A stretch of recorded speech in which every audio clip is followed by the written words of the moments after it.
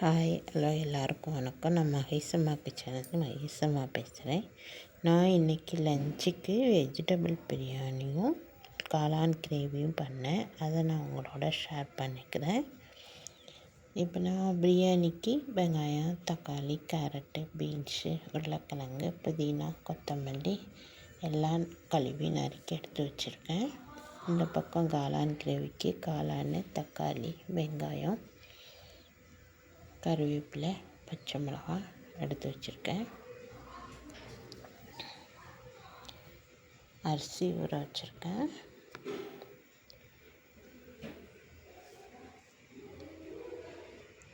இதுக்கு பட்டை, ஏலக்காய், கிராம்பு, கல்பாசி எல்லாம் எடுத்து வச்சுருக்கேன். அரைக்கிறதுக்கு தேங்காய், சின்ன வெங்காயம், இஞ்சி பூண்டு எடுத்து வச்சுருக்கேன். இப்போ அடுப்பில் குக்கரை வச்சுட்டு அதுக்கு ஆரம்பிச்சுட்டு இந்த பக்கம் கிரேவிக்கும் அந்த பக்கம் பிரியாணிக்கும் ரெடி பண்ணிகிட்டு இருக்கேன்.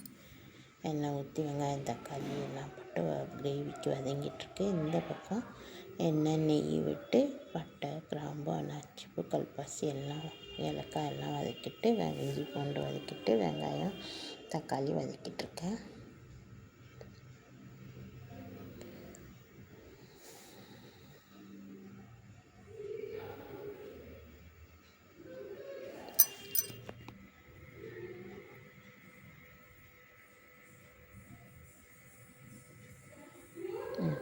நல்லா தக்காளி வதங்கினோடனே அதில் கழுவி நறுக்கி வச்சுருக்க காளானையும் போட்டு லைட்டாக கிளறி விட்டுட்ருக்கேன்.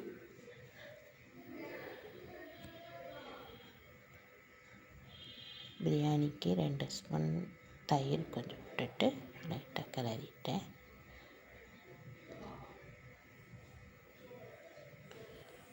கிரேவிக்கு மிளகாத்தூள், மல்லித்தூள் சேர்த்துக்கிட்டேன்.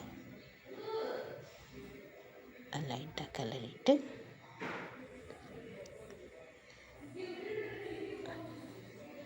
வதங்கிட்டுருக்கப்ப இப்போ ஒரு ஜாரில் தேங்காய், முந்திரி பருப்பு, கசகசா, சோம்பு, மிளகு எல்லாம் சேர்த்து சின்ன வெங்காயம் எல்லாம் சேர்த்து அரைச்சி விழுதாக எடுத்து காளான் வதங்கிட்டுருக்க காளான் கிரேவியில் ஊற்றியாச்சு.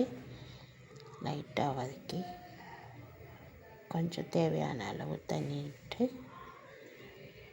ரெடி பண்ணிச்சு. இந்த பக்கம் எல்லாம் வதக்கிட்டு மிளகாத்தூள் போட்டுட்டு கொத்தமல்லி, புதினா போட்டு ரைஸும் போட்டுட்டு தேவையான அளவு தண்ணி ஊற்றி உப்பு சேர்த்து கிளறி விட்டாச்சு. இது நல்லா சூடேறி கொதி வரட்டும்.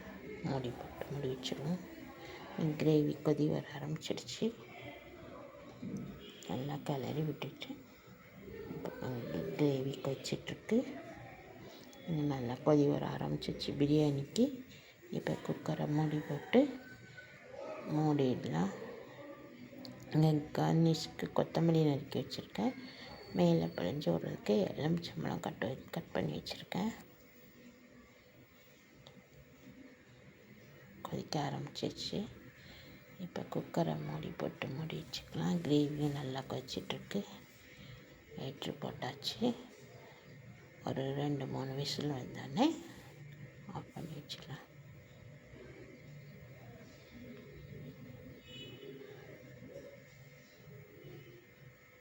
விசில் வர ஆரம்பிச்சிடுச்சு.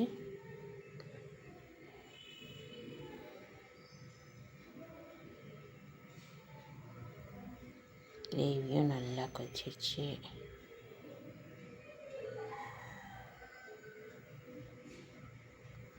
கிரேவி ஆஃப் பண்ணி மூடி வச்சாச்சு. இப்போ பிரியாணியை விசில் வந்து ஆஃப் பண்ணிவிட்டு வேறு ஒரு பாத்திரத்தில் லைட்டாக நெய் தடவி கீழே இறக்கி வச்சுட்டு நறுக்கி வச்சிருந்த கொத்தமல்லியை போட்டுட்டு எலுமிச்சம்பழத்தை பிழிஞ்சு விட்டு நல்லா கிளறி விட்டாச்சு. இப்போ சுவையான பிரியாணியும் காளான் கிரேவியும் ரெடி. இந்த வீடியோ பிடிச்சிருந்தால் லைக் பண்ணுங்கள், ஷேர் பண்ணுங்கள், மறந்துடாமல் நம்மளோட சேனலை சப்ஸ்கிரைப் பண்ணுங்கள். தேங்க்யூ.